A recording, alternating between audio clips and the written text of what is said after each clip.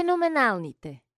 Имало е време, когато специалните хора със специални сили са се смятали за герои.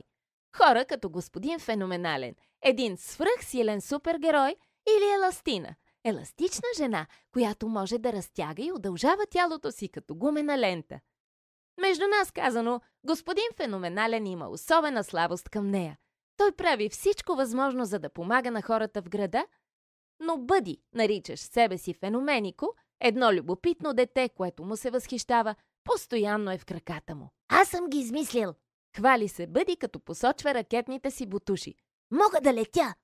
А господин Феноменален го отпраща. Отлети с тях вкъщи. Работя сам.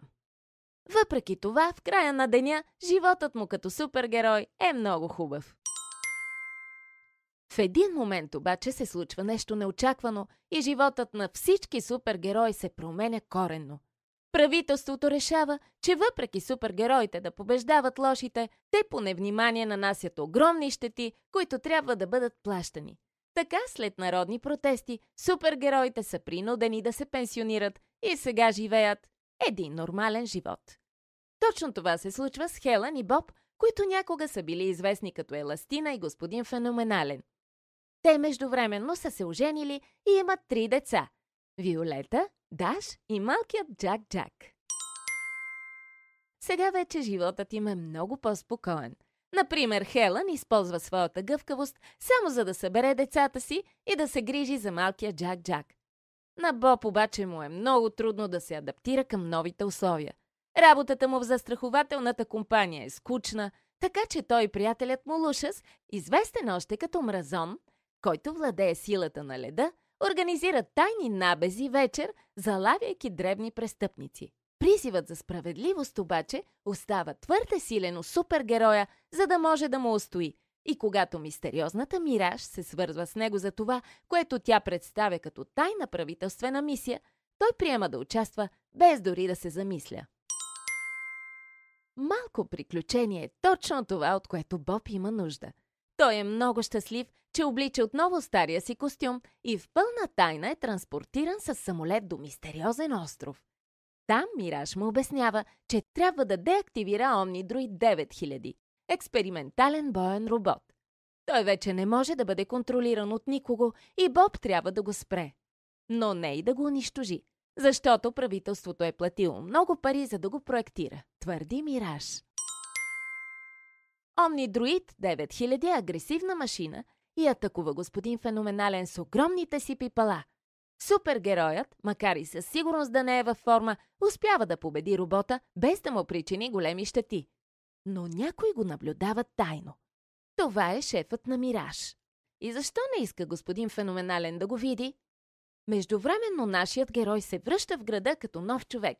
Той се чувства страхотно, че отново е в действие. Всичко, от което се нуждае, е малко гимнастика и един чисто нов високотехнологичен костюм. Еха, този нов костюм, направен от Една Мод, дизайнер на костюми за супергерой, е направо невероятен. Господин Феноменален е готов да продължи с мисията си, но когато се връща на острова, го очаква още по-силна версия на Omnidroid. Неговият създател явно използва господин Феноменален, за да усъвършенства робота. Но кой е той? Най-накрая се представя. Аз съм най-големият ти фен. Феноменико? Удивен е супергероят. Той е детето, което Боб някога не е искал за асистент и което вече нарича себе си Синдром. Сега имам оръжие, което само аз мога да победя. Възкликва той, смеейки се злокобно, решен да отмъсти за униженията, които е претърпял в миналото. Но къде е изчезнал Боб? Хелън не го вижда никъде и е притеснена, затова използва проследяващо устройство, прикрепено към костюма на съпруга си, за да го открие. Тя трябва да отиде там, за да го върне обратно. За нейно щастие, Една е направила и други супер костюми. Един за Хелън и други за нейните деца. Защото Виолета също е супергероиня. Може да става невидима и да използва магнитни полета за защита. А Даш, от своя страна, е супер бърз. Но е напразно да се настоява. Еластина ще отиде сама, тъй като не иска да излага децата си на опасност. Ала тя не е взела предвид купнежа за приключения, който изпитват децата й. Виолета и Даш са се мушнали в самолета, с който пътува майка им, и се обвиняват взаимно за непослушанието си. А Боб се нуждае от помощ точно сега. Синдром го е хванал в магнитно поле и вече може да пусне омни дроид срещу града, сейки разруха. За съжаление, злодеят е открил и самолета, с който летят Хелън и децата й, и го сваля. Но когато самолетът започва да пада, Хелън използва силите си и се разтяга толкова много, че създава с тялото си парашут. Тя и децата й се приземяват благополучно и накрая пристигат на острова. Еластина кара децата да се скрият, а тя тръгва да намери Боб.